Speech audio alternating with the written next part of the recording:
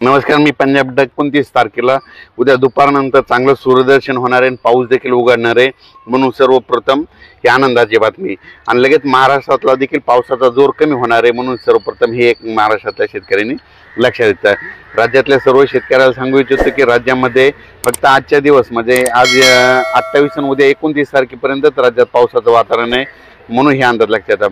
फक्त 28-29ला फक्त उत्तर महाराष्ट्राकडे जरा जास्त पाऊस राहणार आहे. उत्तर महाराष्ट्राकडे म्हणजे मुंबई पुणे नाशिक इगतपुरी निफाड चाळीसगाव नंदुरबार धुळे जळगाव तिकडे मात्र उद्याच्या दिवस मात्र पाऊस राहणार आहे.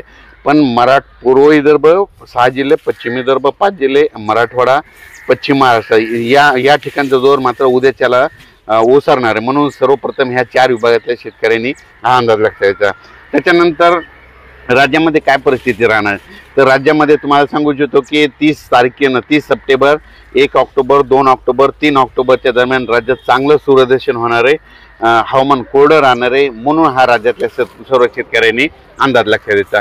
मग त्याच्यानंतर परत पाऊस येईल का तर त्याच्यानंतर राज्यातल्या सर्व शेतकऱ्याला सांगू इच्छितो की ऑक्टोबरमध्ये शेतकऱ्याचे फोन आले की हे पाऊस संपल्याच्या नंतर परत पाऊस येणार आहे का तर ऑक्टोबरमधला शेतकऱ्याला सांगू इच्छितो की 4 ऑक्टोबर, 5 ऑक्टोबर, 6 आणि 7च्या दरम्यान परत राज्यात एकदा पाऊस येणार आहे. म्हणून हे 4 ते 7 ऑक्टोबरचा अंदाज हे सर्व शेतकऱ्यांनी लक्षात द्यायचा.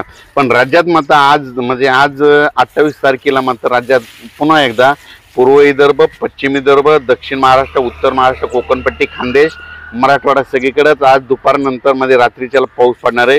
पण उद्याच्याला मात्र पावसाचा जोर कमी होणार आहे. उद्या सूर्यदर्शन होणार आहे. हा अंदाज महाराष्ट्रातल्या सर्व शेतकऱ्यांनी लक्षात द्यायचा.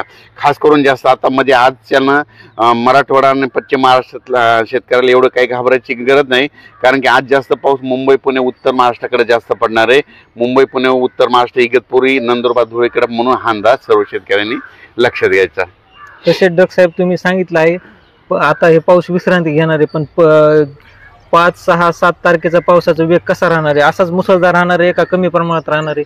हा म्हणजे सांगायचं झालं तर जे 4 तारखेला जे पाऊस येणार ते देखील असाच प्रमाणात राहणार आहे. ते काय होणार आहे 4 तारखेला विदर्भाकडून सुरुवात होणार आहे. म्हणजे विदर्भाकडून काय येणार 4 तारखेला विदर्भात आगमन करणार आहे. वर्धा, नागपूर, भंडारा, गोंदिया, चंद्रपूर, यवतमाळ, वाशिम तिथपर्यंत 4 तारखेला सुरुवात केली. 5ला तो पाऊस मराठवाड्याकडे येईल. 5, 6, 7ला परत तो पाऊस काय होईल मुंबई पुणे नाशिक तिकडे जाणार आहे. त्याच्यानंतर 8 तारखेपासून परत 8 ऑक्टोबरपासून राज्यात सूर्यदर्शन होणार आहे. तिथून पाऊस निघून जाणार आहे. म्हणून हे अंदाज लक्षात. आणि आजच एक मला पूर्णाच्या शेतकऱ्यांनी एक मला टाकलं होतं की आमच्याकडे जाळेधुळी आली. तर मी म्हणत असतो ना जाळेधुळी आल्याच्या नंतर काय होतं महाराष्ट्रातलं जाळेधुळी आल्याच्या नंतर तो सांगतो की पाऊस कधी निघणार हे निसर्ग सांगतं. कसं सांगतं आज काही ठिकाणी जाळेधुळी आली होती. जाळीमध्ये काय होतं झाडावर जाळे पडतात, पिकावर जाळे पडतात. जाळेधुळी आल्याच्या नंतर कंप्लीट 12 दिवसाला पाऊस निघून जातो. आणि या वयानं तुम्हाला सांगतो आज पूर्णा तालुक्यामध्ये बऱ्याच ठिकाणी काय झालं. आज आहे 27 तारीख, आज आहे 27 तारीख, 28 तारीख. तर आज देखील जाळेधुळी आली. तर मला सांगू इच्छितो की आज देखील म्हणजे आजपासून कंप्लीट 12 दिवसाला पाऊस निघून जाणार हे संकेत आजच महाराष्ट्रातल्या शेतकऱ्यांना त्यांनी दिले.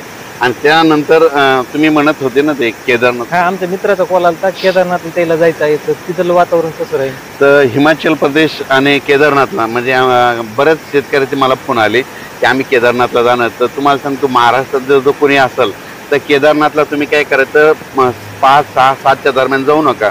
कारण की केदारनाथकडे हिमाचल प्रदेशकडं उत्तराखंड